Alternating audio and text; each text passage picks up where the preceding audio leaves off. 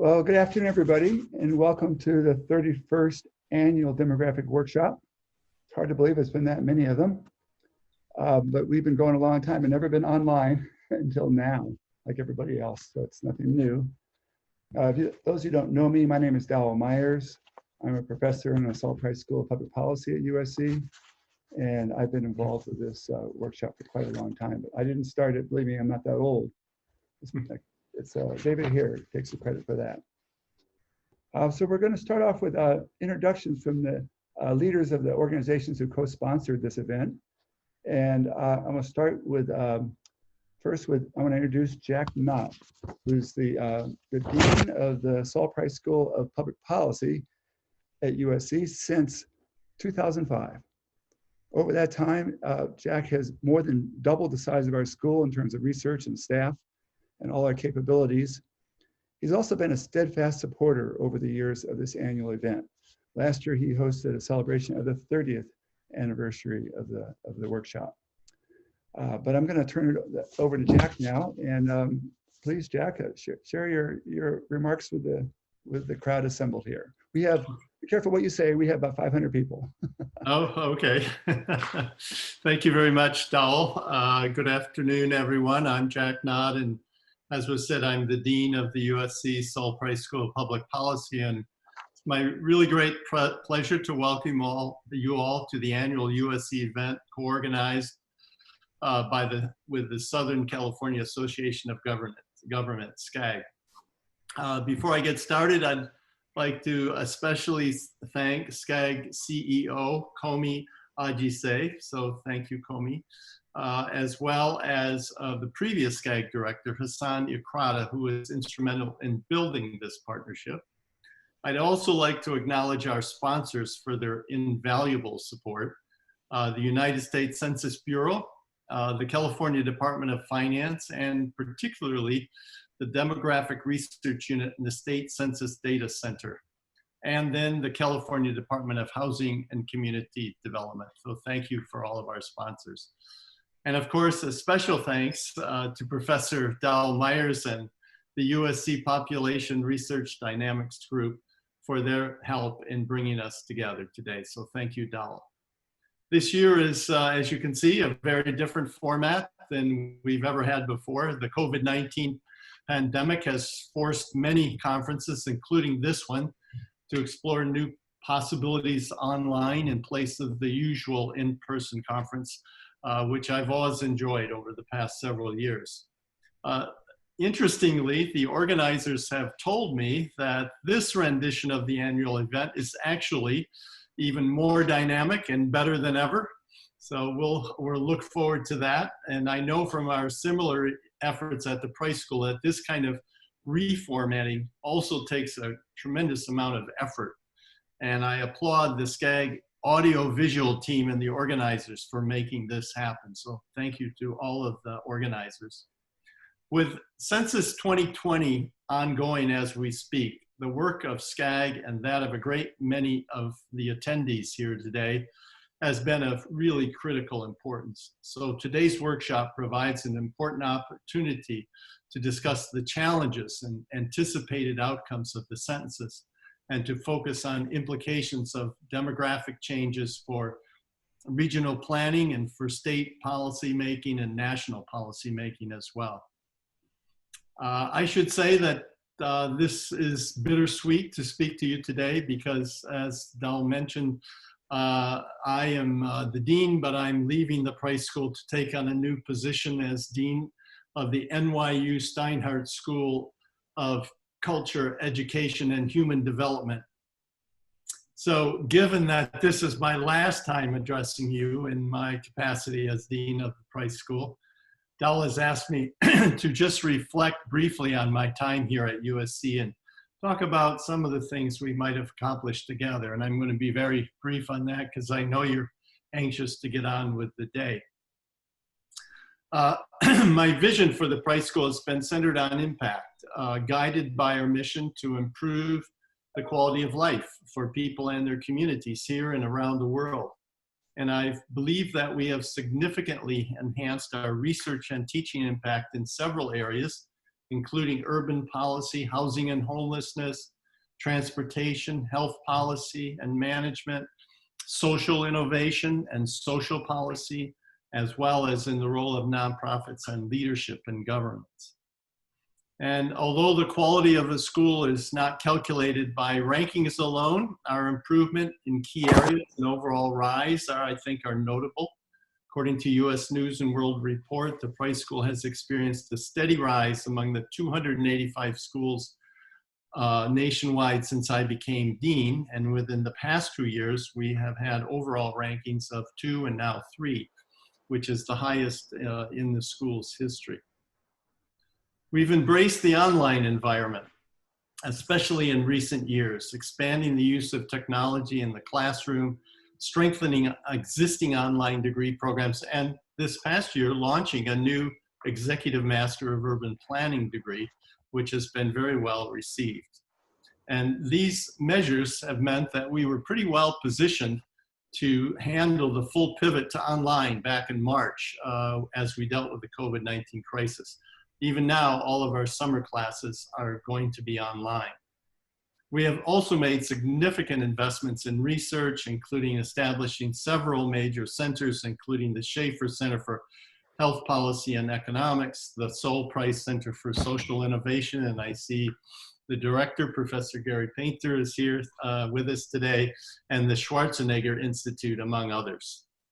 And in the last 5 years alone, our annual expenditures on externally funded grants and contracts have grown significantly from around 12 million a year to 25 million, and the number of annual proposals from 28 to over 100. So we're really expanding our research portfolio. So you can see by several measures, we have come a long way in the last 15 years. But the work, I believe, of a public policy school has never been more important than it is today.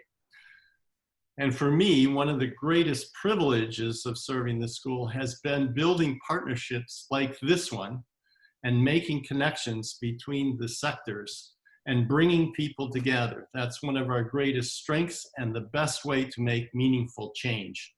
So I want to thank all of you for joining me on this journey and for your ongoing support of the work and mission of the Price School.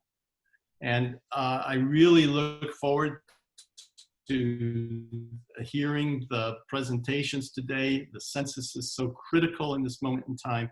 And I'm now pleased to pass things over to Del Myers, who has been a wonderful colleague and great friend for many years, whom I'm going to miss a lot when I leave shortly. So over to you, Del. Thank you.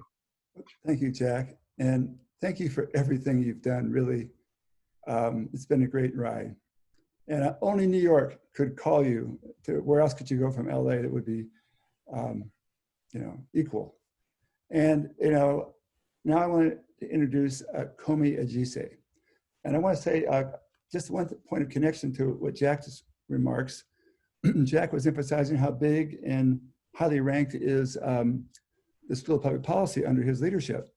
Well, Komi Ajise is the executive director of SCAG, which is the nation's largest metropolitan planning organization. So you see, we have a pairing here, a tandem of two dynamos, two of the greatest policy schools and the greatest, biggest MPO. So that's not a coincidence. We're all based in LA, and LA is where things grow big and strong. So over at SCAG, Komi oversees a broad variety of planning activities covering land use, housing, transportation, air quality, and environmental justice. He has over 30 years of experience in regional planning and transportation. So Komi, let me turn it over to you. Thanks, Dowell. And Jack, we will miss you. Our loss is NYU's gain. I was just wondering, as you mentioned that we were at 2, the Sol Price School was at 2, and now 3. Did they do that because you are leaving? I just wondered. But it's I think it's incredible that we have this partnership with the second or third best public policy school in the nation. It's a privilege to be here. I want to say good afternoon to everybody and welcome you to the 31st Annual Demographic Workshop. The very first one that's offered, I guess, at no cost and with no need to have to commute to USC and find parking. That's always been one of the drawbacks if you couldn't take transit. So I'm sure that's aided in having more people attend. I am the executive director of SCAG. My name is Kome Ajise, as Dal said. And at SCAG, we have been very privileged to have been part of this process with USC to work together and foster this dialogue and conversation with a wide range of folks on issues demographic. This community includes research folks, planners, elected officials, state, local, and federal agencies that have been in partnership with us in this, because this is very important and especially important to our work. I'm sure most of you are familiar with SCAG and why demographics matters to us, but especially with the new online format this year, there are bound to be some of you that are not that familiar with SCAG and maybe learning about SCAG for the first time. So for that, I think I'll mention that we're the largest NPO in the country. What we do at SCAG is to bring together stakeholders from 6 counties and 191 cities that make up the membership of SCAG to plan for transportation, housing, land use, and among other things, deal with regional issues, things that are usually bigger than a jurisdictional municipal boundaries to deal with, and try to envision for Southern California what the future could be and how we could best move into a very sustainable future. We're proud to say that last month we adopted for federal conformity, air quality conformity purposes, our regional transportation plan that we call the Connect SoCal, which envisions the region out to 2045.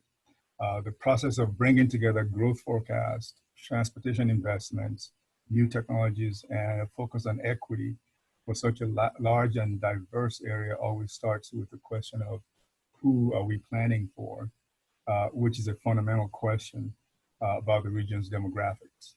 And so it makes this particular gathering very important to the question of who we're planning for. Fundamentally, our focus is on the people of Southern California, not just on how many there will be, but what their needs are likely to be given the changes in demographics, where and how they live, and how they would form the economy of this vibrant region of ours. I'd be remiss not to mention the generational challenges that we see before us as we've seen laid bare by the public health crisis of COVID-19. We've seen the economic fallout from having to pause the economy as a result of the pandemic, and also a renewed focus in the recent weeks on the issues of racism and social justice, a focus which should never wane, but a challenge that manages to persist over and over again. All of this add up to provide us a complex set of issues to deal with, and at the core of it is understanding the demography of our region. Many of us, through our work and shared interest in demographics and planning for this region, are poised to be part of the solution in some way and share a commitment to imagine a more effective and more just Southern California. While it's a shame that we're unable to take part in these important conversations in person, we hope you all find these discussions and roundtable today and next Thursday to be engaging and stimulating. I would be remiss if I don't mention that we should have amongst you several of my colleagues at SCAG, and I appreciate the work they've done to get us here. I know they've been working tirelessly with the USC folks to get this set up. And I want to particularly mention Sarah Jepson, our planning director, as well as Darren Cheatsey, the chief operating officer at SCAG, amongst many of my SCAG colleagues that are here. So I want to thank them for the work they've done to get us here. With that, I'd like to introduce the new SCAG president, the president of our board, our boss, the Honorable Rex Richardson of the City of Long Beach. Thank you. Rex? Call me. I believe I'm unmuted. Can you hear me? Yeah, it was All on right. you. Great. Well, thanks. Call me for the introduction. I'm about a week in on the job. And so I've certainly learned so much from you, Call me, over the past year, but I want to thank SCAG staff and all the people you mentioned for helping play a part in this demographic workshop. I want to just wish everyone a good afternoon and welcome you to the 31st Annual Demographic Workshop. I'm thrilled to see such a wide range of participants coming together to have a deep, engaging, meaningful discussion about changes that affect all of us. It's great to participate with USC. My wife is a Trojan. She's the associate director of the business analytics program at Marshall. She's almost finishing her EDD there as well at Rossier. So I just want to say, fight on. Okay. Over the course of the event, both today and next Thursday, I hope you'll be able to get the latest, the greatest insights on demographics, housing, and the economy. And the environment in which we're holding this workshop makes the discussions all the more timely. The pandemic, the economic crisis that are facing our communities, the renewed energy and focus surrounding racial and social justice means that the topics we're discussing today are more important than ever. It means that the region and all of our institutions are gonna have to redefine what resiliency means for local government and for institutions in order to prepare us to deal with, to really deal with the issues of public health, the issues of economic inclusion, and racial equity. And these challenges are thornier than ever. And they call on us to set our policy based on research, based on expertise, based on data, rather than politics or preconceptions. This year's workshop will probably look differently than before, not because we're on Zoom, but because the moment demands that we look at demographic change, housing, and the economy in a very different light. It's a great privilege for SCAG to be able to bring together the best minds across the region, across the state, so we can help cities to meet their needs and work toward a better future, a better region for the people. I want to take a moment to acknowledge the partners in this event. They're USC Sol Price School of Public Policy, the United States Census Bureau, the California Department of Finance, the California Department of Housing and Community Development, USC Population Dynamics Research Group. Thank you all for your contributions, and thank you to all the moderators, the speakers, the chairs of the roundtables for making this a success. I'd like to thank all of you for being here. We have 442 people representing 250 different organizations. I hope that you enjoy the workshop. I hope that you come back next Thursday for part 2. So that's it. Thank you, and let's kick off this workshop. Thank you, Rex, for those warm comments of welcome. And congratulations on your new role as president of Thank you. I'm very pleased to see you here with us this year. Certainly. I think I'd like to also extend my gratitude to SCAG staff. The AV staff has been remarkable in putting together this, on short notice, putting together a 2-day event like this. We didn't have a template to follow. We had to make it up from scratch. We had a program, but we didn't have a template for delivery. And I want to thank Komi Ajise and the senior leadership for making that all possible. It's a free event for the public, but SCAG staff put a lot of labor into it, and it's a very high quality operation. So thank you, Komi, and thank you all, SCAG. All right, let me turn to panel 1. And I'm going to introduce the moderator. There's no bias here, but Jana Goldberg is a PhD graduate from USC, who I happen to know well from her past life and her present life. She's making a name for herself by applying all of her social wisdom drawn from policy and demography and applying that in the world of business demography. Yes, businesses run on people. They count on customers and they count on staff. And there's a lot of demographic skills that can be applied that way. And Janet's been breaking new ground. It's been fun to watch her success up in the Bay Area, flourishing up there. So Jana, would you take over the panel 1 and introduce your speakers? Sure, thanks, Dow. And thanks for that nice introduction. We're gonna roll straight into the meat of the first panel. It's very exciting. This is the demographic checkup. It's really gonna introduce why we're all here, what we're here to learn. It is a census year, as we've covered, extremely exciting for 2020. So we're going to hear from Armando a little bit right now, and more to follow next week on where the census is for this 2020 year, as well as about congressional apportionment. We're going to hear from Beth. There was an intro slide. I think it's not up now, but I'll just go through it very quickly. So it's Armando. Great, thank you. And then Beth, just so you all can follow along at home of who I'm speaking of. And then we're going to hear from Walter, the chief demographer for the state of California Department of Finance, about what's gone on in California so far. So hard-hitting first panel, lots of great content for everybody. Really applicable to all of our lives. I know I use this information, like Dal said, every day in my work in applied demography, and I hope you all will too. So Armando, I'm going to hand it over to you. And as my role as moderator, I have to talk about time. So if you hear me chime in after about 12 minutes, it's just a gentle reminder that we want to get through all these great panels in our time allotted. Armando, over to you. Thank you, Jana, and thank everyone that joined the webinar. It is a little unusual, but in light of the recent events, this is what we have to do.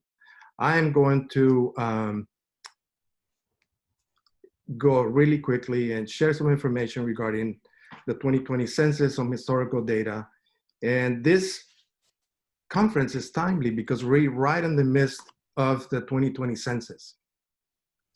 I'm going to begin with this quote because we're going to talk about a lot of statistics. I read this book and I came across this quote that says, "It's easy to lie with statistics, but it is hard to tell the truth without it." It is by a Swedish mathematician, and that really hits home about what we're doing today. Here's a quick agenda. So we're going to talk about why we do a census. This may be preaching to the choir to many of you, but we have a pretty diverse audience. So it bears to emphasize why it's so important. I'll cover some historical data for California specifically, and then I'm going to talk about what are we doing, what is the Census Bureau in terms of outreach efforts, and then some things that you can do to increase the response rates. And then I'll share some information and resources and contact for you. So the decennial census is a constitutional mandate. The Census Bureau has been conducting censuses since 1790. It is Article 1, Section 2 of the Constitution. And the data is used for many, many projects, but there are a couple of them that have significant economic implications and significant political implications. One, the data is used to redraw the congressional districts. It's also used to reapportion the 435 seats in the House of Representatives based on the data. And the data from the decennial census, along with the American Community Survey, serves as a base to distribute over $675 billion in federal funds to the states. So again, it carries significant political implications, significant economic implications. The next slide shows the population growth between 2000 and 2010. The state grew at 10%, about the same as the nation. I think the nation grew at 9.7%. So from 33.8 million to 37.2 million. The next slide shows the California resident population percentage change between 1910 and 2000. And you can see that there's significant growth in the 1930s, 1950s, 1990s, but the population growth in California was not as robust as it's been in the past. So there were some concerns about the apportionment in California. The next slide shows the apportionment, again, from the same period, from 1910 to 2010, and something significant happened in our state with regards to the congressional reapportionment. For the first time in the history of the state, California did not receive a congressional seat. So we're getting really close to 2020. We're gonna see what happens just in a few months. You see 1920, you see a 0. Technically, that doesn't count. What happened in 1920, there was huge migration from rural areas to urban areas where the jobs were. So Congress did not agree in the apportionment in 1920. This is the distribution in terms of the reapportionment for 2010. The states in gray, which includes California, remain the same. The states in blue, like in the case of Texas, who won 4 congressional seats, Florida 2 seats, the other teal states, in the case of Georgia, South Carolina, Arizona, Utah, Nevada, and Washington, one seat, and then the ones in green, like in the case of dark green, New York and Ohio, lost 2 seats, the lighter green states lost 1 seat. So again, significant political implications, significant economic implications. So what is the Census Bureau is doing to increase the response? For the first time, the Census Bureau is conducting the decennial census as an option through the internet. So we are enrolling community partners to increase the participation for those who are less likely to respond, or some that we often miss.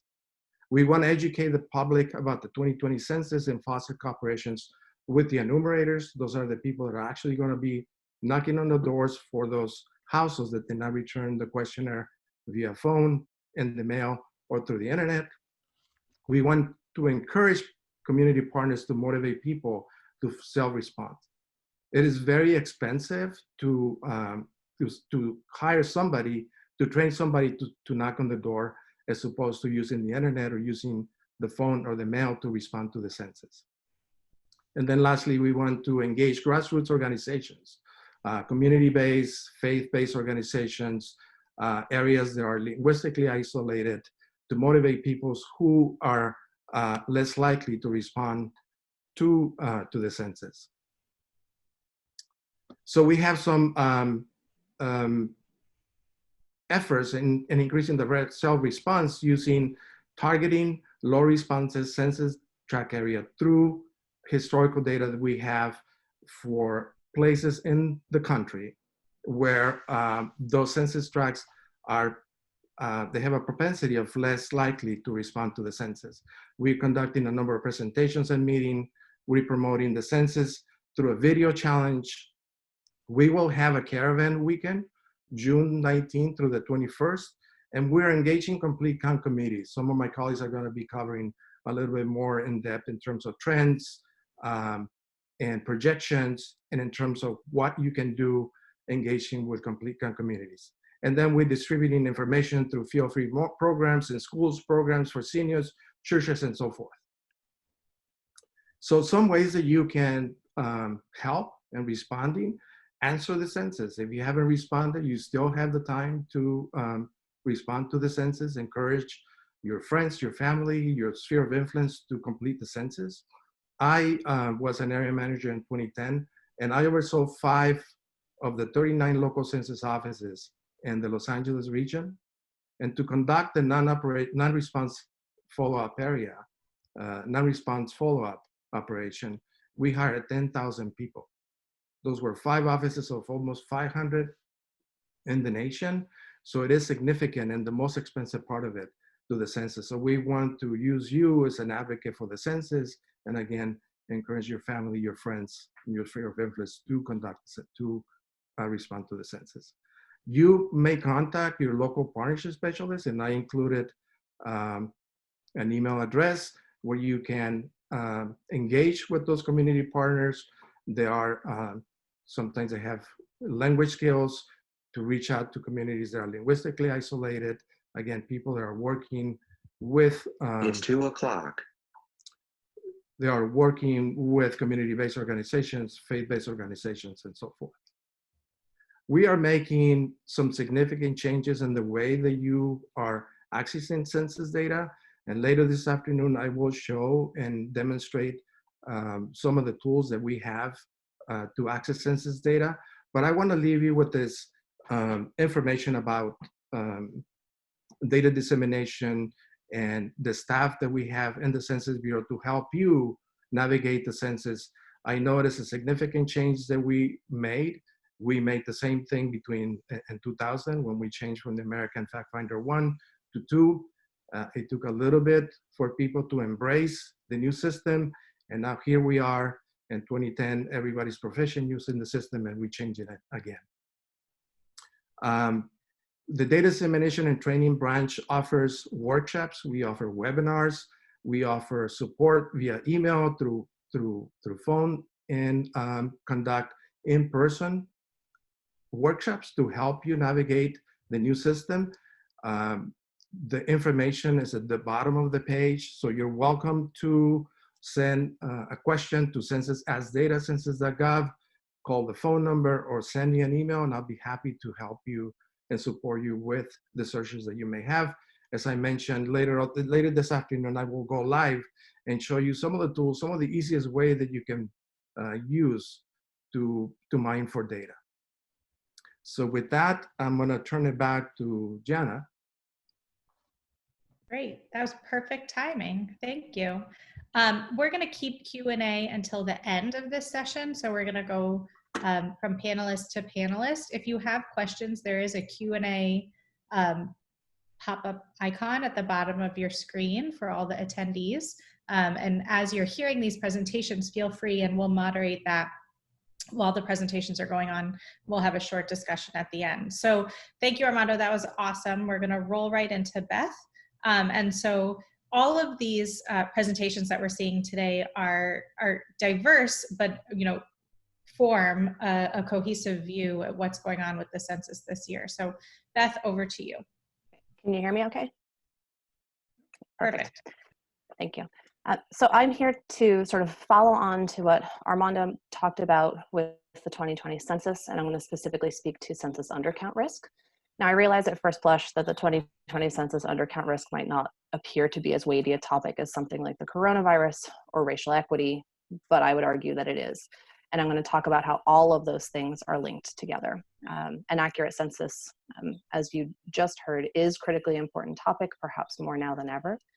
In addition to things like redistricting and reapportionment and federal funds distribution, I think most of you in the audience know, but I want to make sure we do, that accurate population data is crucial for things like our public health system. It's also crucial for work on environmental justice and equity.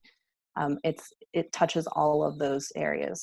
And I want to quote Stacey Abrams and say that not being included in the 2020 census is where disinvestment starts, because so much federal funding, billions, hundreds of billions of dollars of federal funding are allocated based on 2020 census data or on decennial census data. A complete count is critical to racial equity.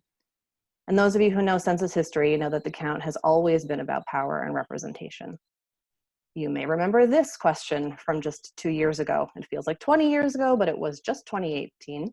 The proposed introduction of a citizenship question was ultimately struck down by the US Supreme Court. There is no citizenship question on the 2020 census, but the very discussion of that question increased the risk of an undercount nationwide, and particularly in California, where nearly 30% of people live in households with at least one non-citizen.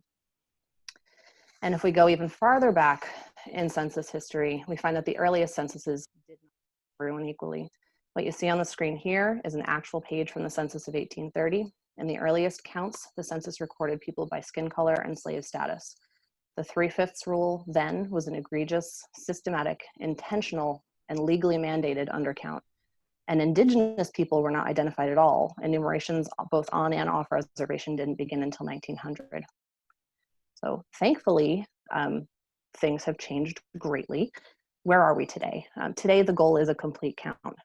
And so instead of mandates to exclude people or to count or to undercount certain people, there are mandates in place to count everyone. And there are processes in place to try to make sure that everyone is counted. So as a result of these efforts, what you see on the screen is that we're, sort of the Census Bureau is doing a much better job of counting everyone once, only once, and in the right place. In fact, in the 2010 census, the most recent one for which we have complete data, there was actually a tiny net overcount. A net overcount, for example, if someone has more than one residence and they get recorded at both of those places, overcounts can happen. People can end up in the data more than once.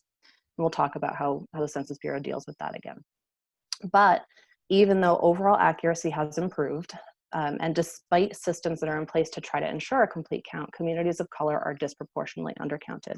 As you can see on the screen here, the non-Hispanic white population in 2010 had a slight net overcount, and basically every other race and ethnic group had a net undercount.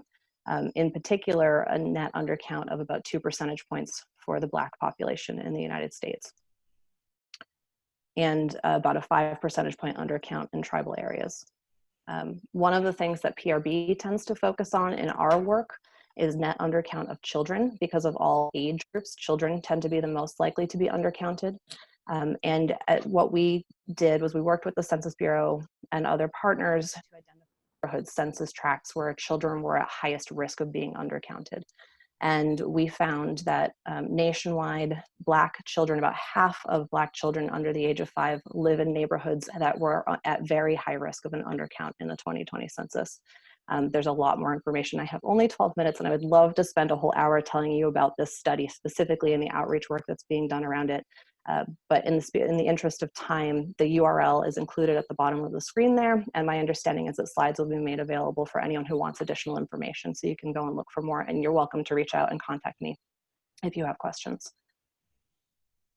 And so why are there still undercounts? We don't have legal barriers to undercount anymore. In fact, we have legal mandates to make sure that everyone's counted. So what's going on? There are a variety of reasons why people may be undercounted.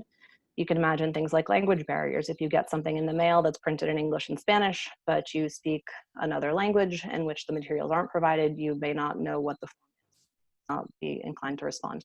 Lack of internet access. This topic has been in the news a lot as schools have closed, and have been discussions about which households lack internet access and therefore will have a hard time participating in online education. But also things like mistrust of government. If we think back in American history, as many of us have over the last couple of weeks, there is mistrust of government institutions that I think we have, that people are working to try to repair, but that takes time. And so if you don't trust that the government is going to use your data well, are you inclined to respond? Perhaps not. And there are rules in place and laws in place to protect people's data and to make sure that it's used in good ways. But that message doesn't always come through.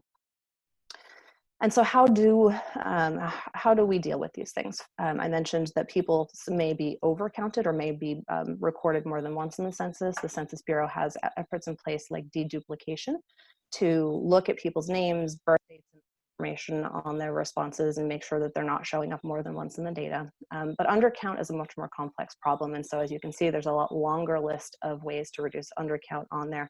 Armando touched on some of them, but there are things like the complete count committees, community partnerships, advertising, language assistance, and going out. Much of the census work happens at households, but there are people who are unsheltered. So going out into the community, to shelters, to soup kitchens, to putting up kiosks at libraries to make sure that the unsheltered population is counted as well. And of course, all of this has changed as a result of the pandemic. The image that you see on the screen here may be too small to read, and I don't want you to read it. One, you can get the actual image again at this URL. But what the big takeaway is that everything has shifted. The blue lines show the original plan schedule for census operations. The top one, for example, is self-response, was supposed to happen from about mid-March through about the middle of the summer. In mid-March, but now it's going to be extended through the end of October.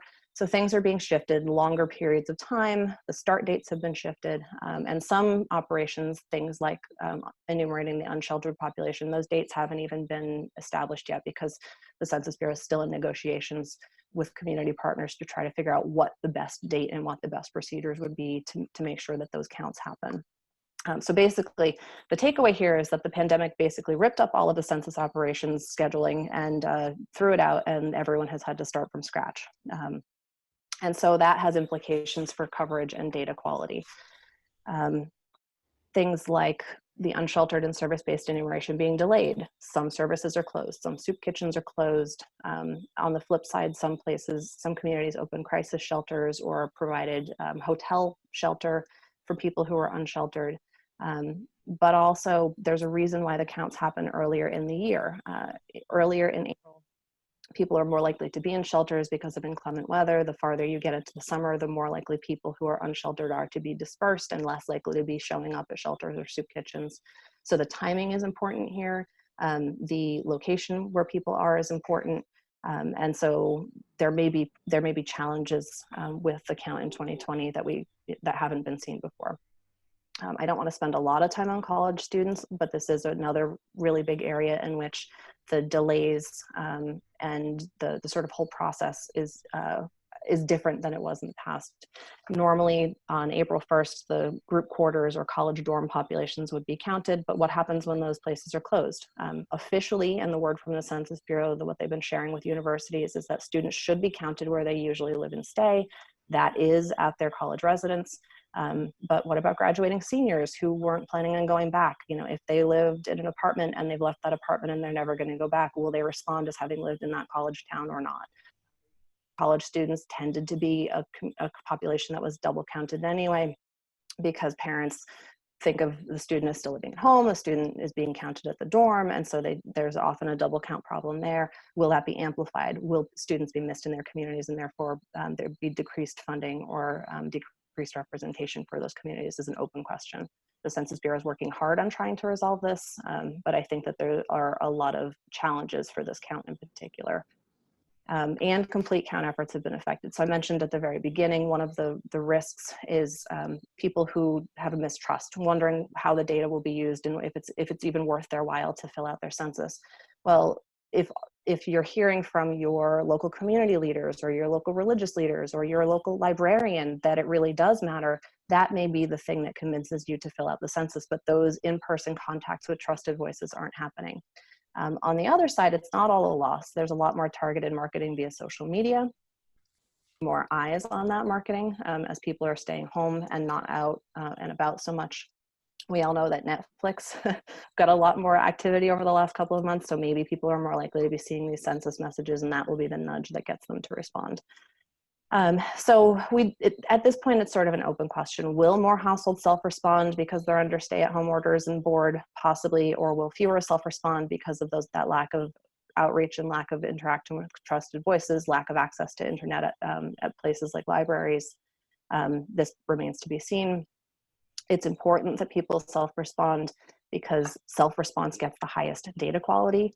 It's the least expensive, it's the best data quality. You get the right count that way.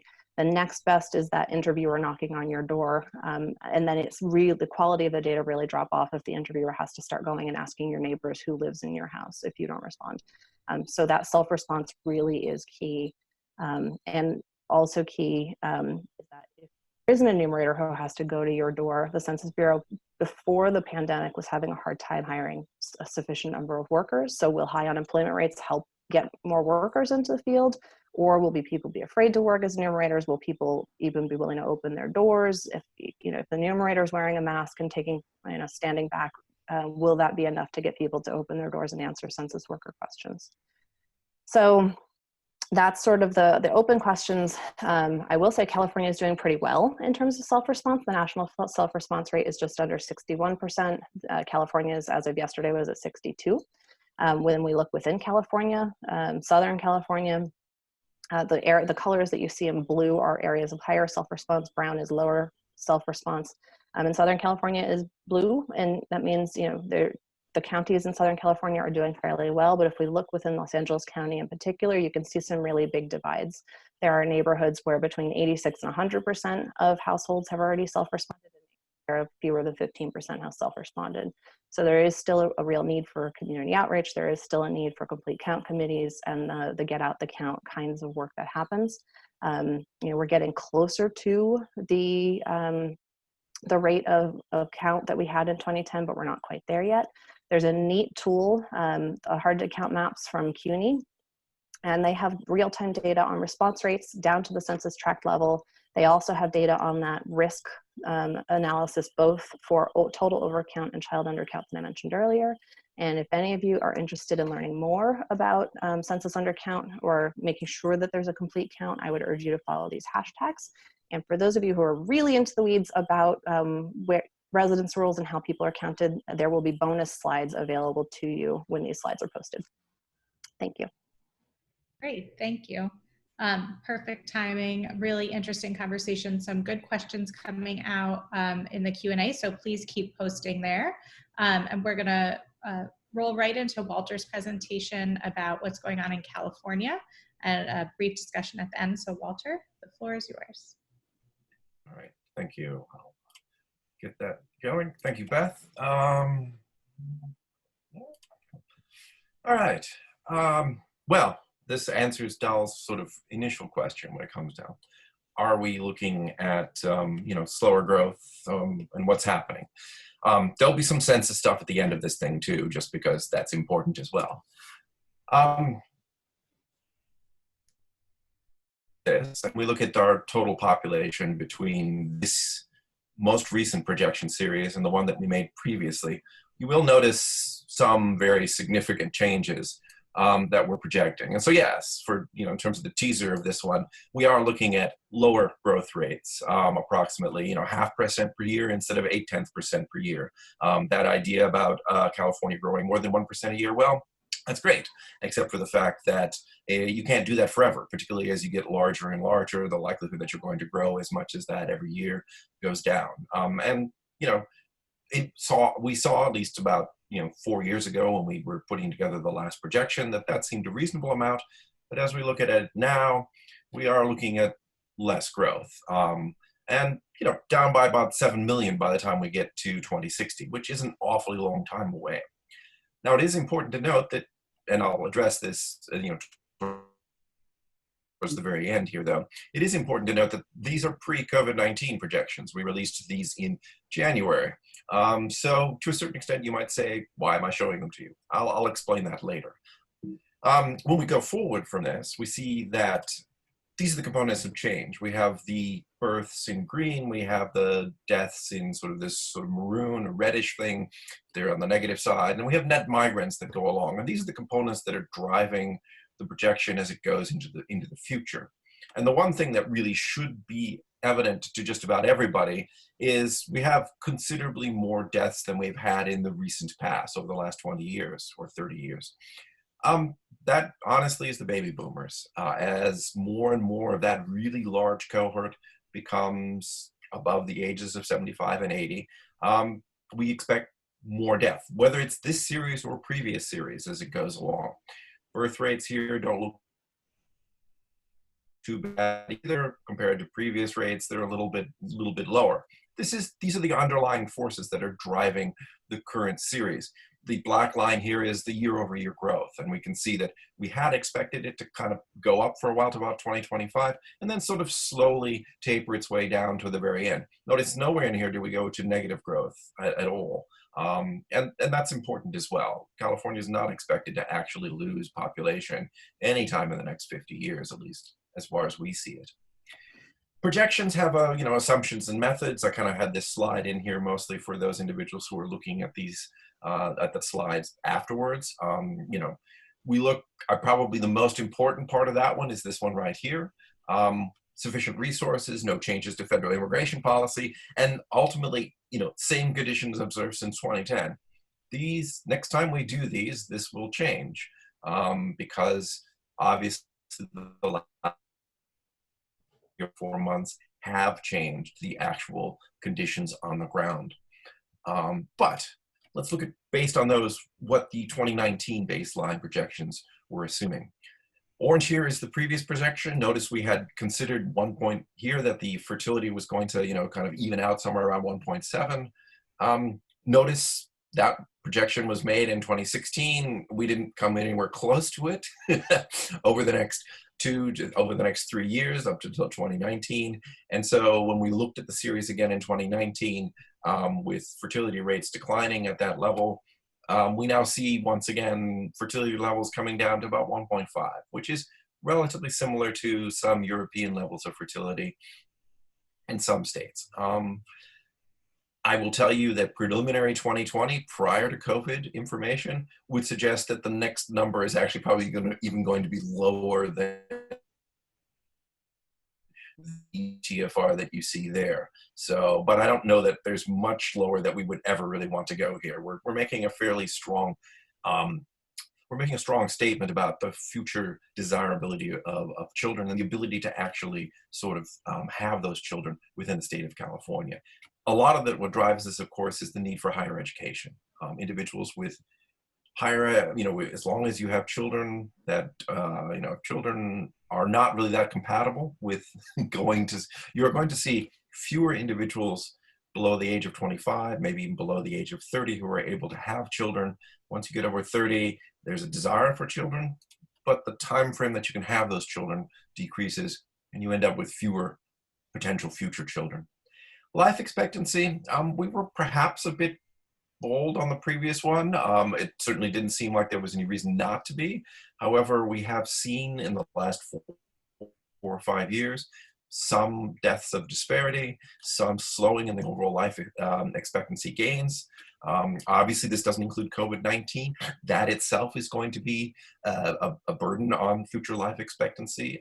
So, you know, we reduced the overall life expectancy by a little bit in this new time series, in this new projection series as well. We do outpace the United States by about 2 to 3 years in life expectancy, and we don't see that actually changing. California tends to be healthier, tends to be, you know, a climate that doesn't have as much snow and various other things that cause, you know, life expectancy to change.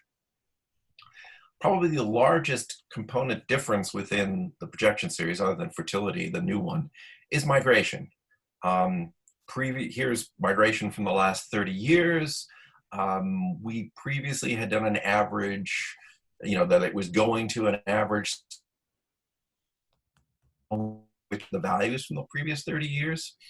The last 4 years have proven that that probably is not something that we wanted to do going forward with this one. This is more or less an average the last 10 years, and that gets us to a value that's somewhere a little bit over 100,000 rather than reaching over 200,000 in the out years of projection.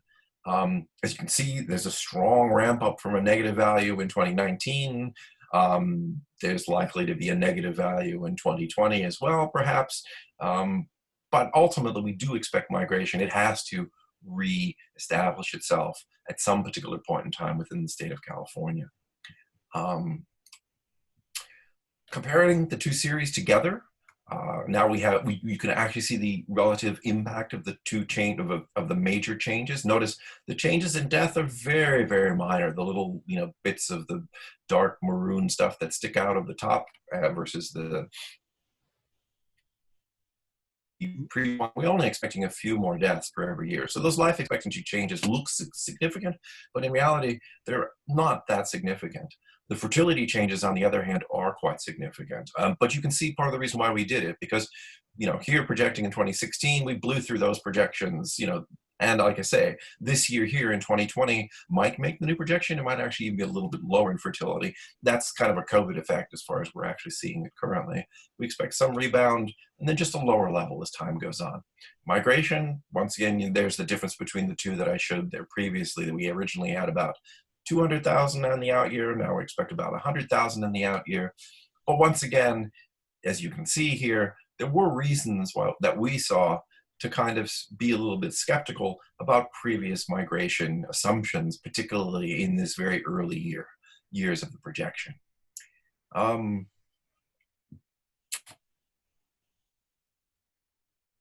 you see the relative differences between the old series and the new series as we come down there. A lot of what you see over here in terms of it looks really, really dramatic over here at the very end. That's this up here. It's the compounding effect of fertility changes that are really changing the overall growth rate in the out years of the projection. So what about now? I mean, having just talked for 8 minutes about all of that's wrong. We're going to see more deaths. Clearly, we know we are. We're going to see fewer births. We see that already, and the presumption is that fertility is going to continue, you know, despite everybody being at home. We're going to see fewer births, at least this year, probably next year, and with at least net migration. This is, you know, the net of all 4 flows. We certainly aren't seeing much immigration from abroad, and immigration is an important driver for California's overall net migration. And, you know, that is something that for the time being this year, perhaps some years until we actually get a vaccine, we're not going to see much. So why am I talking about this? It's important to see B19. It's important to see those trends already, because it's where we were before COVID-19. It kind of is a nice place to look at, see what you're planning against, and go, okay, how are things different now when we're actually looking at real data coming in? Is this a COVID effect? Is it something else that's going along? Because at the current time period, this is, to a certain extent, the best estimate that we see of current trends and how they are moving forward within for the immediate future and all the way out to 2050. it will take time to analyze and recalibrate this new, sort of post-COVID norm or with COVID normal. So don't expect a new projection series in the next, 3 months. We have to have some trends in order to go again. We have to see how the economy is going to respond. We have to see how people are going to respond to this new normal. But, going on Armando and going on Beth's idea, it's most important to have the best possible starting point right now. And that's the 2020 census. Everybody should do their part. I have, 2 links in here. This is the California census for the state. Here's where you can go take your thing. But I also wanted to highlight something that Beth already did. This is the SWORD. This is the California's mapping tool. And you can add different layers onto this one, districts, Senate districts, assembly districts, local cities, some local districts as well. So you can add some slightly different layers than the census map or the CUNY map. This is more or less the SCAG area as you see it. And much like Beth pointed out, a lot of really good, solid work here on, on self-response rate as it goes. Some areas that are a little bit lagging and probably need some outreach as goes along. Don't worry about the brown stuff way out here. That's it'd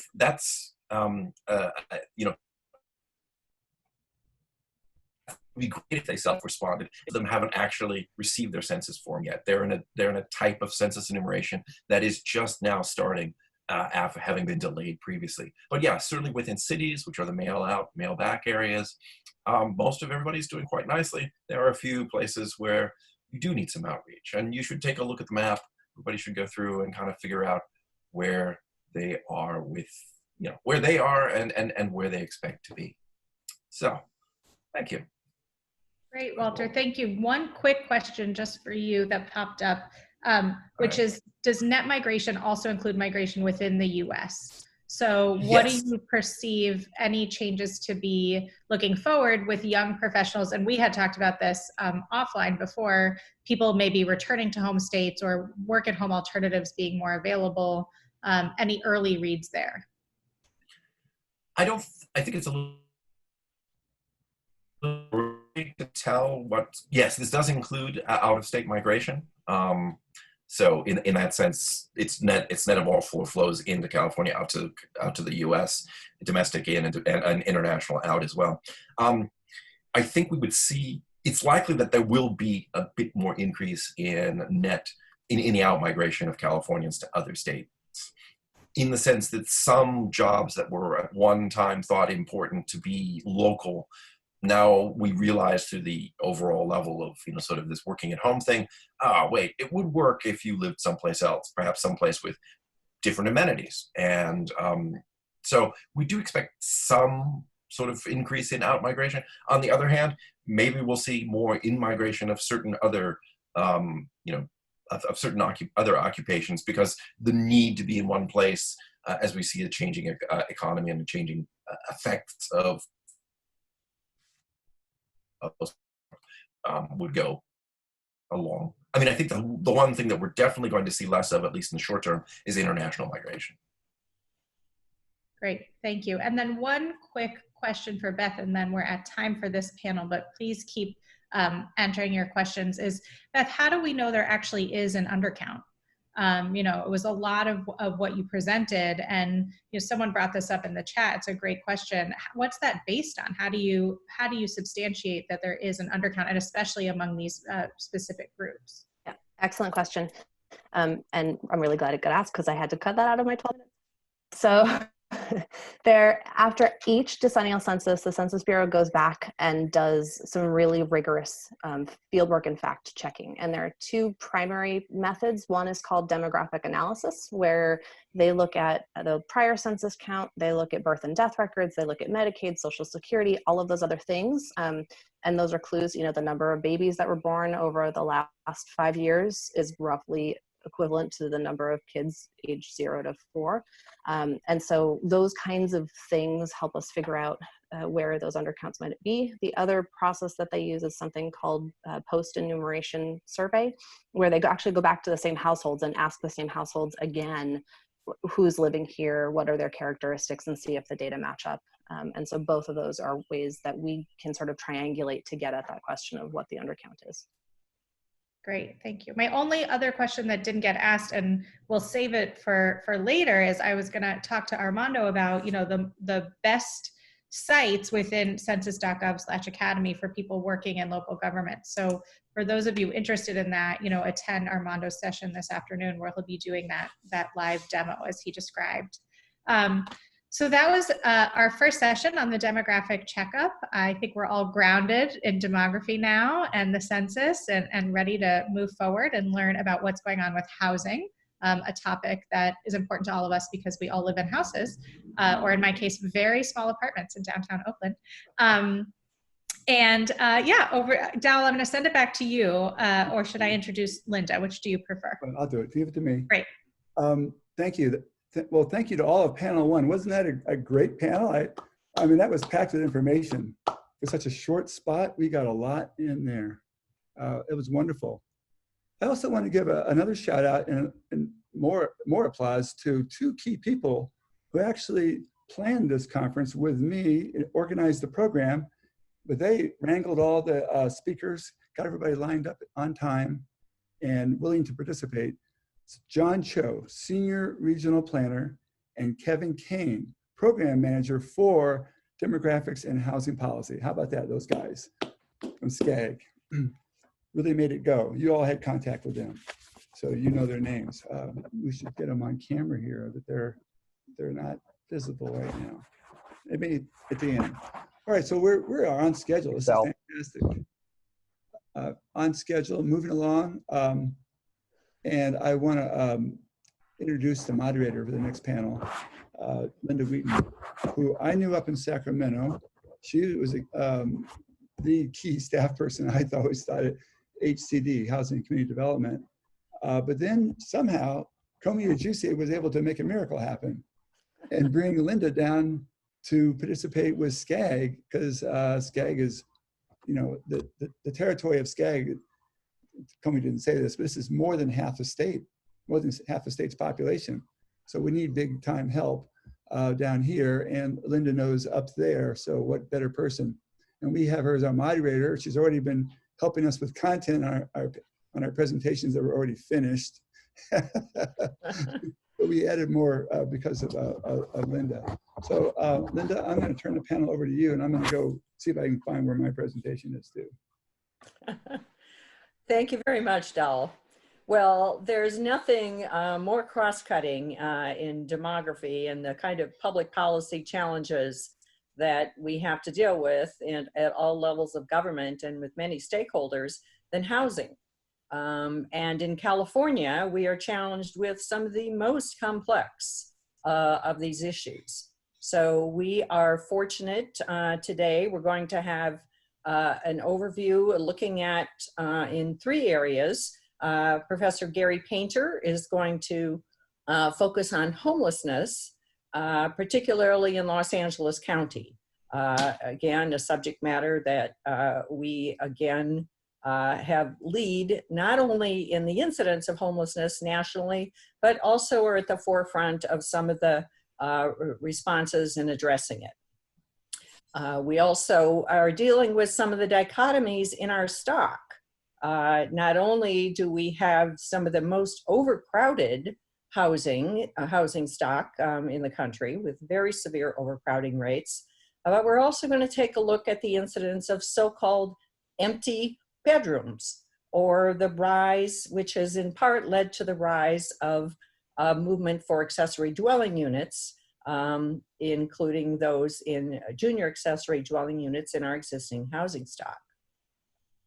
And finally, Dell is going to give us an overview, kind of understanding what our recent history has been, going back a bit on housing, how we got here, and some of the issues for addressing it.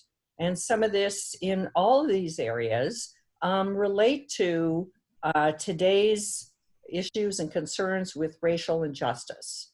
Probably, quite arguably, one of the biggest issues of our time. And with that, we'll start with Gary. Well, thank you to Dow. Thank you to Komi to inviting me to be part of this session. I'm really pleased to talk a little bit about homelessness here in Los Angeles County, but also talk a little bit about homelessness more broadly in California. The reason I'm going to focus on LA County is that we tend to collect a little more detailed data, and given that this is a demographic conference, I want to really highlight the differences and the diversity within the homeless population. So to get started, I like to show this picture because a lot of people think about homelessness based on the right two pictures, but actually people who were previously unhoused certainly live within our city broadly, and they're as much a resident of LA as anyone else, and we could talk about that in the Q&A. And then also a lot of the housing for the homeless actually looks terrific, and that's a housing development that was developed by the People's Concern on the bottom left corner. Just to give some overview in terms of the demographics, we have experienced in California and in LA County quite large increases in the homeless population. The top line being California from 123,000 a decade ago to 151,000 as of last year. And then for California, or for Los Angeles, it's gone up from 33,000 to 56,000 in the LA continuum of care, LAHSA, which comprises all but a few jurisdictions, and so the overall total for 2019 was 59,000. Tomorrow will be announced the homeless count for 2020. So we're if I was scheduled next week, I could have updated those numbers. Highlight the diversity, though. I think it's really critical to realize that our unhoused neighbors actually are very different in their experiences and in their circumstances as they are unhoused in any particular time. In California and in LA, the predominant amount of our homeless are unsheltered. In fact, California has 50% of the nation's unsheltered population, and that's due to a variety of factors, which I don't have time to get into now, but could later. I think it's really important to focus on at least one critical distinction. One is, who are the chronically homeless and what are their circumstances and challenges that they might face, and who are the newly homeless? And as you can see, according to the HUD's definition of chronically homeless, which means that you are homeless more than a year and you have another disabling condition of one type, 28% of the population is chronically homeless. And then on the flip side, newly homeless people have been homeless more than a year, less than a year. And so in between, you have a mismatch of people who don't fit into either one of those categories. But just to give you a sense for why people have reported experiencing homelessness within these two critical populations, you can see that behavioral health factors are twice as important for the chronically homeless as they are for the newly homeless. That physical health factors are again twice as much, at 16% compared to 8% for the newly homeless. But economic factors are actually a critical determinant for both. And now these numbers don't add up across bar charts because people can mark more than one reason that they view as the critical factor for driving homelessness. But I always like to point out that among newly homeless, 57% of single adults, and it turns out it's actually 71% of families cite economic factors, simply not being able to pay the rent, either because of job losses or the fact that their rent has been going up faster than their income. The chronically homeless population typically do have a number of challenges that they face as it relates to either addiction, 40% report substance abuse, and also just general health conditions, mental health conditions, physical illnesses of various kinds. Actually, over 60% of that population have those conditions. And that really projects the fact that they're going to need a variety of services in order to address the challenges that they face beyond just simply housing. On the other hand, the newly homeless, housing and affordability really is the significant driver. While 10% do report substance abuse, you can see that they just having a health condition of one point or another, one kind or another, actually is experienced by less than a quarter of the population. And these are really expansive categories. So mental illness can incorporate just simply stress. It doesn't have to be a actually diagnosed condition. So for policy options, it really does point to affordability and housing as a solution there without perhaps as much need for other supportive services. It is a demographic conference, so I thought I'd report the numbers by age, both for the sheltered and the unsheltered. You can see that we do a better job of sheltering the youth, the young adults, and there's a variety of different programs for what is called the transition age youth population. And you can see that 31% of people who are sheltered actually are in that 18 to 30-year-old category. But what isn't as obvious now, because this is a single cross-section, but there have been dramatic increases in the percentage of the homeless population that's over age 50. You can see here that of the sheltered population, 27% are over age 50. Of the unsheltered population, it's actually 34%. And this has signified very dramatic growth and is directly tied to the aging of the baby boom generation. This also means that our remedies might require much more health intensive services for that population. There's also there's a distinct gender profile within the homeless population. It has traditionally been dominated by single adult men.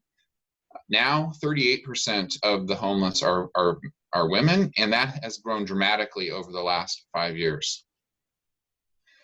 In terms of race, I think this is especially appropriate given the moment that we're in, and thinking about the disproportionality that exists among some groups in the homeless population. If you look on the right side, you see that among Black populations, while they represent 9% of the share of LA's general population, they represent over 40% of the homeless population.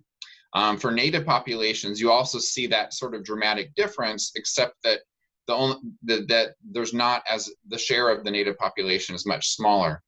Among the Latino population in particular, what we're seeing is, despite the fact that they are less likely to be homeless than their share of the population, that rate has also grown dramatically and has been tied to some of the growth and the importance of economic factors driving homelessness. I thought I would just note this one fact for this moment. Or I should say, as of the beginning of this week, from the county, we've seen that there have been about 202 cases of people experiencing homelessness within residential shelters. Most of those were actually in the Union Rescue Mission, and 29 cases of COVID. There's been actually confirmed 37 cases within encampments. Of course, not everyone has been tested who are in encampments, but there is a strong effort to do so at this time. So I just thought I would conclude my conversation really thinking about how we got here. And it is related to demographics, it's related to economic factors, all things that we care about at this conference. What I would point to is three critical factors. One is the constrained housing supply we have in California. One is the severe rent burden experienced by most Californians, or majority of Californians, and then who are renters, I should say, and then institutional and systematic racism that permeate our systems and result in the kind of disproportionality that we observe in the Black population in particular. These numbers are probably not new to this audience. Various estimates are out there. I picked one such estimate from the California Housing Partnership, that we in California have a shortage of 1.4 million affordable homes. There's been different estimates that have ranged from 500,000 to actually I've seen up to 2 million. I think everyone agrees it's a very large number, and that's because construction has lagged. If you look at the ratio of the population back in the 1980s between housing units and the population, we just simply haven't come close to keeping up to the population growth. And so in that context, it is a contributor to, or not the only determinant of, rent burden. So a lot of people focus on HUD's definition of rent burden, and it is turn out that over half the population in California, especially in the cities, are paying more than 30% of their income as rent. I think it's important to point out that there's a significant share of people experiencing severe rent burden, paying more than half their income as rent. Statewide, there's more than 1.5 million households paying more than half their income as rent, and also paying a rent which is below the median. So it's not just people who are in Santa Monica in those cases. What we actually see, and it's important to note, is that in San Jose and San Francisco, severe rent burden isn't nearly as large, and that's because incomes are much higher. So what we've seen is not only constrained housing supply leading to increased rents, but we've also seen the fact that the median income of households has not kept up. And that's an important factor in driving the numbers of people experiencing homelessness. Finally, institutional and structural racism are in all of our systems, historically and presently. So it's very much in our minds, the overrepresentation, over-policing that exists among the Black population. And so therefore there's an overrepresentation in the criminal justice system. This could be arrests and not convictions, as well as convictions and incarceration. And we know this leads to significant barriers to employment and housing. We have experienced in the last 80 years housing segregation. And while those laws have been repealed, we still see de facto segregation and discrimination in markets that continues to be documented. Employment discrimination, higher rates of unemployment among Black populations in particular. You also see overrepresentation in the foster care system. All of these are risk factors that lead to the disproportionality in homelessness experienced by the Black population.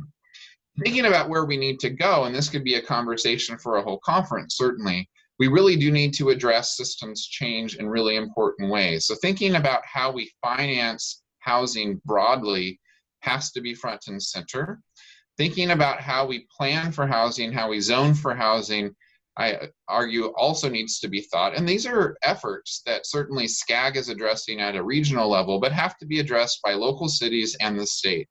And then finally, we have to directly address institutional racism in all systems, because you can't just kind of deal with the problem after someone falls, in this case, to homelessness. And then the next step to kind of think about is that those are systems change issues, but there are things that we should think about for people. Thinking about how to prevent homelessness really is the next issue that we have to work on critically, because even if we are able to house the chronically homeless through measure H in the LA city or measure H in the county, and then other counties are looking at other things, we actually need to prevent those people from becoming homeless. We have to think about how eviction moratoria here during the COVID moment can be extended, should be extended, what that should look like. That balance of power between landlords and renters may need to shift, especially for people who are precariously housed. In this moment, we need to think about workout strategies for the accrued non-payment of rent and what that should look like, and then really targeting emergency aid for people who might become homeless. More broadly, we have to think about public health benefits that go beyond just simply people who qualify under existing programs, but thinking about populations, especially those who may be unauthorized, that aren't able to access social safety net programs. Finally, you should think about supportive housing in a broader context and thinking about the services that people need that go beyond simply housing, and then really focus on research and understanding of how to really effectively navigate that trade-off. With that, I'm going to say thank you and move on to back to the moderator, Linda. Thank you very much, Gary. That's a lot of issues in a very short time. Jung Ho is going to now address so-called empty bedrooms and overcrowding issues in the housing stock. Jung Ho? Thank you for your introduction. Hi, I'm Jung Ho Park, a postdoctoral researcher from USC Price School. Today, I will briefly talk about two different dimensions of density within housing units. First, homeowners with extra empty bedrooms. Second, renters living in overcrowded rental housing. LA is experiencing the most serious housing shortage crisis, including homelessness problem, as well presented in the previous PowerPoint, and affordability problem too. Not only the shortage of housing itself, but shortage of space within housing may be more problematic, as recently overcrowded housing has drawn attention for its possible relation with the spread of the COVID-19. But in fact, many housing units in the United States have at least 2 empty bedrooms. I will show the data. So the result is a complete space inequality within housing units across different places. From policy standpoint, vacant or empty space within housing can be actually a valuable source. For example, junior accessory dwelling units, JADUs, in many local areas in California. So in this PowerPoint, I will briefly show the current status of these two housing dimensions, focusing on SCAG region and LA. I use American Community Survey data, 2018 snapshot, and method is actually pretty simple. I first compute the number of occupants in each housing unit and the number of bedrooms or rooms in the same unit. Then I can compare those two metrics to see how many of the housing units have extra bedrooms or rooms or short of space. So let's start with homeowners with empty bedrooms. This slide shows United States as a whole, California, and SCAG region.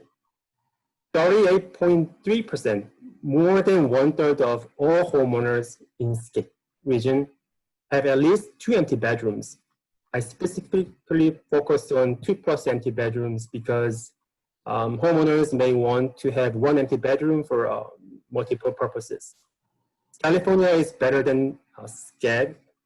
United States, it's almost half, 46.7% of all homeowners actually have 2 or more empty bedrooms. So it's actually a lot of empty bedrooms across the nation and SCAG region too. Then who are those homeowners with 2 or more empty bedrooms? I will show the age of the homeowners.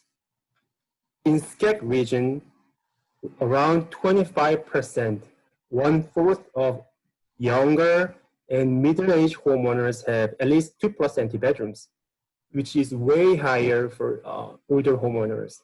For example, age 65 plus, 53%, more than half of them has 2+ empty bedrooms. So this situation may be a sort of outlier in SCAG region.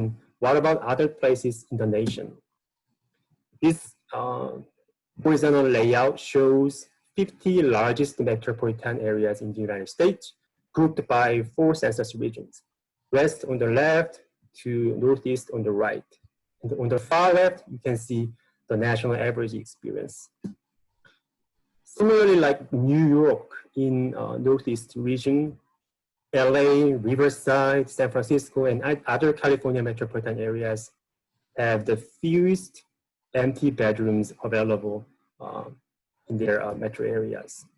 So from policy perspective, we basically need to double check realistically how many empty bedrooms are available for any types of affordable housing policies. So let's move to renters living in overcrowded housing.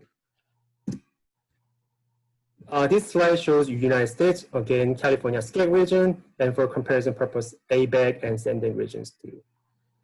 15.5% of all renters in SCAG region is experiencing overcrowding problem, which is 2.5 times higher than the national instance. Following Census Bureau's definition, here I define overcrowding as more than 1 person per room.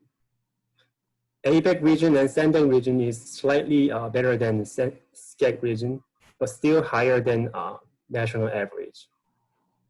What about other places? Maybe there could be other areas that suffer from more serious overcrowding problem in the rental market. But in this case, this interregional comparison shows LA is the most overcrowded place in the United States. And this time, New York is way lower than LA. So this shows a clearly different picture from the previous interregional comparison of empty bedrooms. And the last question might be, how do these housing dimensions of density within housing intersect with different race and ethnic groups? In the current housing shortage crisis, maybe everyone is experiencing the same level of hardship. But this slide clearly shows a huge racial disparity. On the left panel, empty bedrooms result, Hispanic homeowners have the fewest empty bedrooms and much lower than other racial groups. On the right side, overcrowding renters, Hispanic renters are living in the most overcrowded units in LA County, which is almost 9 times higher than non-Hispanic white renters. So in sum, we saw LA has the most scarce owner units that have at least 2+ empty bedrooms. At the same time, the problem of overcrowded rental housing is also worst in LA. And when these two dimensions of density within housing meet race and ethnic groups, racial disparity was huge in LA. So please visit USC Population Dynamics website for more information, and thank you so much. Thank you, Jung Ho. I suspect those bedrooms aren't actually empty. If they're like mine, they may be unoccupied by persons, but we tend to make lots of stuff in those bedrooms. Well, from that, Dal, can you give us an overview to tell us a little bit about how did we get here? How did we get to such severe overcrowding? The kinds of affordability challenges that we're facing and the incidences of homelessness, all of which have put extreme pressure on our housing system. Dal? Linda, I don't know if I can give enough perspective here, but really a lot of the political debates over what's normal or what's tolerable and what's out of line. So it's useful to have a little bit of perspective of previous decades versus the current crisis, which is unparalleled. And the crisis really is one of failure to match housing to jobs or people. So let me move forward and look at my themes that are addressed. Just briefly, where did the housing crisis come from? There's really lots of misperceptions and disinformation about this. Are we building too many apartments? We'll look at the facts on that. And there's a lot we can learn from housing demography, the details of how people connect to housing over time. And I'll infuse that throughout my presentation. Houses have ages also, Gary. And so we can look at, over time, look at the aging housing, aging people, and how they go together. But really, then ultimately, how does the housing shortage exert its effects? There's reverse filtering with gentrification, and low-income housing gets cannibalized when you have a shortage. And I'll try to illustrate that for us to look at. So where did the crisis come from? We have one simple diagram that we use repeatedly here. It's the easiest way to look at things. There's two sides. There's the demand side and the supply side. They're both connected a little bit by the Great Recession, which really depressed construction. And construction never has really recovered to its normal level since the recession. It also depressed homeownership. And actually, Gary and I worked together with Jung Ho also on a report related to the depressed homeownership that created diverted homeowners that were then thrown into rental competition. When the homeownership rate goes down, we get more renters, and we're not building enough rental housing. So we also have the millennials arriving in adulthood. There's a big generation, and there's other population growth. All that creates a lot of demand. And at the same time, we have the construction that was depressed because of financing, land constraints, restricted supply of construction workers, and political resistance, frankly, all of which leads to a rental housing shortage. So that's sort of how it happens. All these pieces are here, and we want to look at what the consequences are. But some people say we're building too many apartments, and the data do support that to a certain extent. Let's look at the data. Here's the building trends. This is raw data from the Census Bureau on building permits each year, and we can look at it. Is it the last 10 years that count most, or should we look further back? Really, how many apartments are normal to be building is a key question. So here's looking at the most recent data. Usually the most recent data are the most accurate, the most up-to-date, the most important. And if you look at this here, I can see it. We've had an explosion in construction. This is for California statewide. It's the same trend in LA County. It's explosion, and there's an awful lot of apartments being built, way more than before. And this is, some people say, they say it's unprecedented. There's too much building, too many apartments. And that's what the picture looks like. But we might look backward another 10 years and just see, well, what was it like before that? And here we see in context that the recent construction is a lot less than before. But this time before, this is the bubble. The bubble was when people went crazy building things we didn't need, and it led to the Great Recession. So that we can't trust that period. Let's go back and look a little bit earlier at some other decades. And And there's the whole picture. The whole picture is that the recent construction cycles have been way lower than what was normal before. And actually, it kind of looks like there was more apartments being built before than there were like through the 1990s or through the some of the 2000s. So you can kind of see it, but maybe if I do the arithmetic and add up the decades, what percent was multifamily? What's normal in California? And the answer is actually what's unprecedented is the 1990s and 2000s, when we had really low construction and really low percentage multifamily. Right now in the 2010s, the decade we just finished, we're getting right back to normal, it looks like. But this is still low construction, average percentage. So I think we do need to maybe think about apartments in a bigger picture. It's the key to low-income housing. If you don't have affordable housing for all middle-class workforce, you don't have enough apartments, you're sort of starting in the hole. But let's look at what's happened here. The new construction is not kept up with job growth. You've heard that many times, I'm sure. And people pick a ratio. We've tried to pick a ratio. The trouble is you don't know what years to compare. Do you compare, it's distorted by recessions and booms. And so we looked at a couple of representative periods. We're going to look at the recent decade starting after the recession. And then we'll look back at the 1980s, which is similar to the 1990s and 70s. So here's the pattern. This is job growth on the x-axis. And so LA here had about 3% job growth per year. And it got about 0.5% new construction per year. So that's and the slope is this line, the normal line is this slope line, and LA is way up below the line. So we're not keeping track with the normal pattern. And so 3% employment growth, 0.5% housing growth. But back in the 90s, it was a little bit better than that. LA was still off the line a little bit, but the whole line was much steeper. You got about 0.8 housing units per job that was added.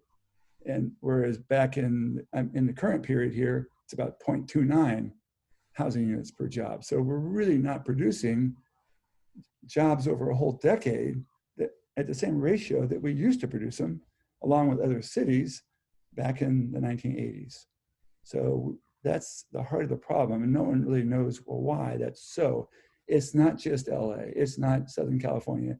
It's not just California. It's a national problem, and it's showing up other places too, but we are the leaders of the problem. We have it worse. Well, I like to show this because this is a demography conference, and this is the way the age groups have been growing. This is the last 20 years, and the green is the baby boomer cohorts, and that's the growth over the 20 years. And here's the growth over the current 20 years, and it's no magic here. People got 20 years older, so the big wave of growth is now in elderly years. The point of this is that we have a lot of older people who aren't working anymore. They're retired, but they still deserve housing too. So we've had a wave of housing that's occupied by older people. So we're not keeping up on the job growth, and we're not keeping up when we think about all the housing that's being occupied by non-workers. So we're falling behind on every score here. It's not a pretty picture. Let's look at the consequences though. So how does a shortage actually exert its effect? So what's so bad about a shortage? How does it get resolved? I'm going to focus in particular on a study we released this spring on filtering. Filtering is supposed to be the traditional means of creating naturally occurring affordable housing, as declared by the Obama HUD in 2016. They saw that as a natural process for generating large quantities of affordable housing. And it's basically over time, properties obsolesce, they become less competitive, command lower rents, and become accessible to lower income renters. But the effectiveness does vary from decade to decade. And so we're going to look at this over 4 decades and look at it for 100 metros. Again, putting LA in context of what's normal for the whole US and other large metros. But filtering does require a surplus supply. You've got to have enough housing for this favorable sorting to work. If you don't, then I'll just point out that bad things happen. And up in San Francisco, I coined the term housing cannibals, which is basically people who are desperately looking for housing. And they're looking downward in the price structure to find anything. And they're basically cannibalizing working class housing. Kind of looks like this. They like to live up here in luxury rentals, not enough of that being built. So they bump down to the next, older luxury rentals, not enough of those available. So they bump down. Everybody's bumping down and rating the housing for the next lower level. And the reason this is being driven is because you have the would-be homeowners diverted into rentals. They're thrown in there. You have higher income renters and they get first dibs. They bid first and everybody else gets what's left over. The millennials are forcing themselves into the housing market. They have a right to have an apartment when they turn age 25, and there's millions of them. They're flooding in here, and poor working class people are being squeezed down and out. So our estimates are available on our website. It suggests that as much as 20% of the actual renters in California have been dislodged. They're forced to double up or do something else, but they don't have their own separate apartments anymore. It's about 9% of all households because there's just not enough available. And then this is known by another word, this is gentrification happening. And it's not just happening in one neighborhood, whole cities are gentrifying.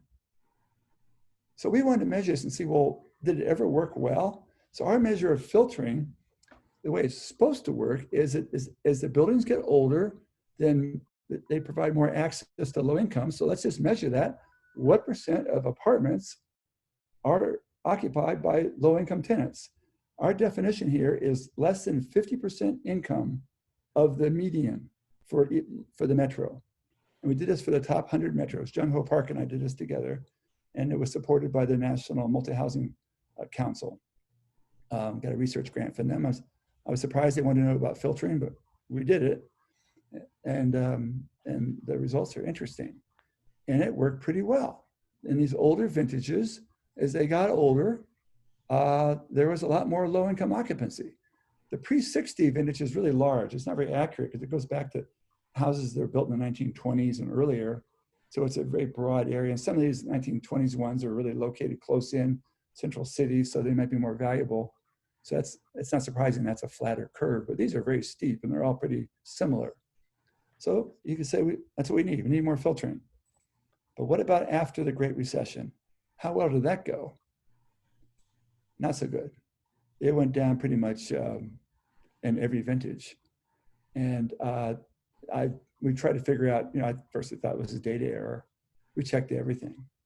There's no data error. It's visible everywhere. Any way you want to slice it.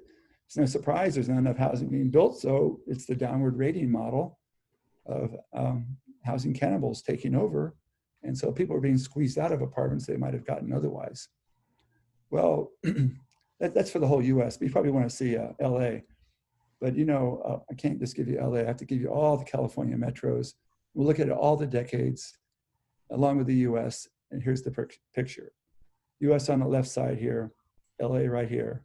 There was more filtering in the good old days, but not a lot in LA. We've had a shortage for a long time and definitely gone negative in reverse in the last decade.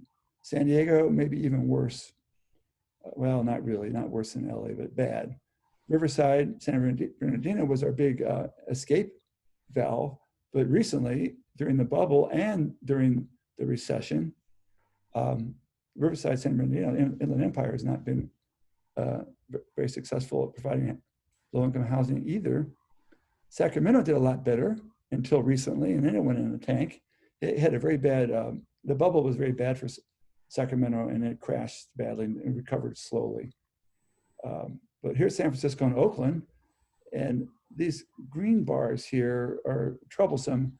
And the explanation seems to be that incomes are rising so fast in the Bay Area that 50% of the median is a big number.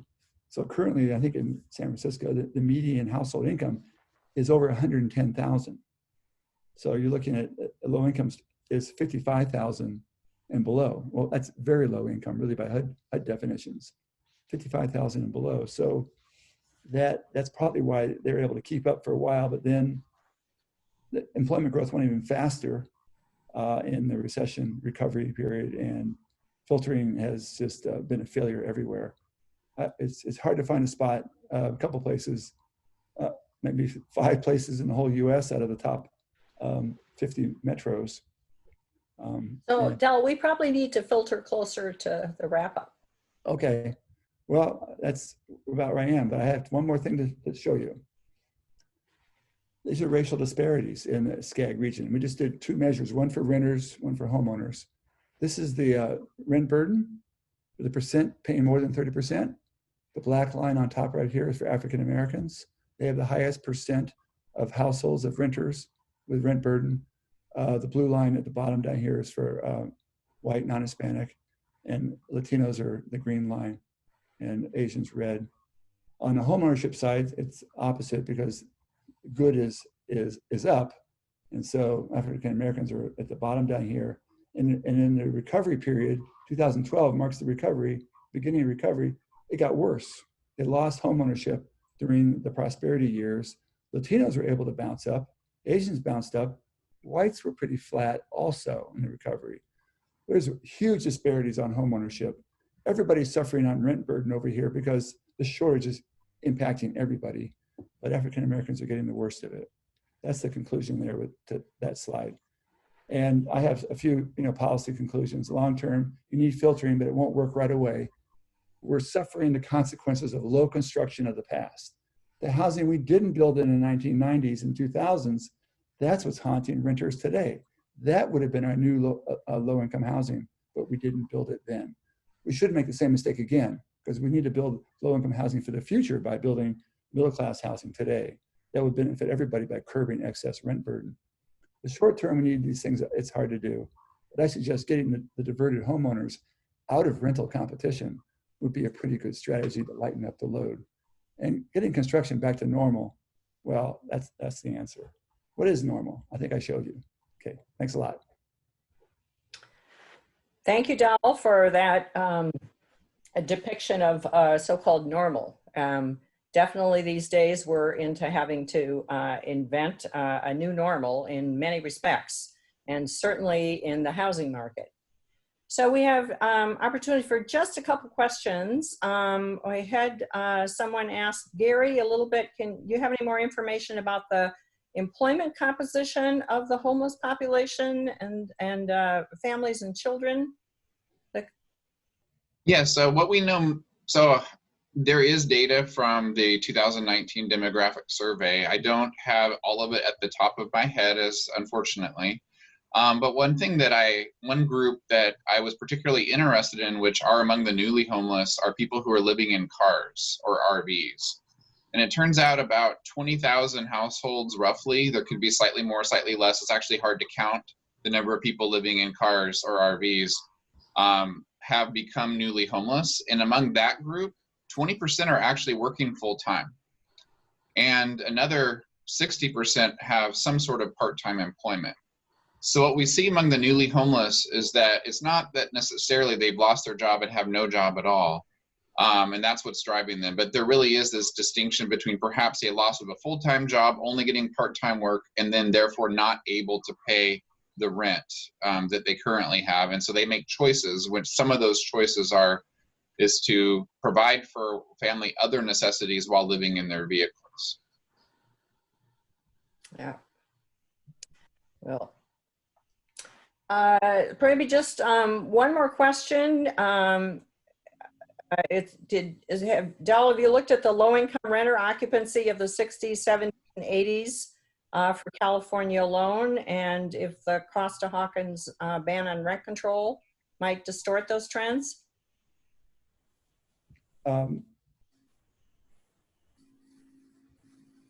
Well, we're trying to use comparable data to measure this trend over time, and 60s and 70s are not quite matchable. They might be, but then anything we find I wouldn't trust. So I don't know back then. That's getting to be pretty old history. That's pre-Prop 13. So we haven't looked at that. Okay. So all right. Well, we'll probably be able to get back to some of you with a few other questions later in the follow-up, and we'll post the PowerPoints. But please join me in giving a hand to our panelists. Yeah, well, thank you, Linda. I'll take it back as the MC. So that was a pretty short, punchy panel. I think they did okay. We had a very strict moderator. I think I need to show you the breakout sessions, the roundtables we're going to be having coming up here, and describe them to you.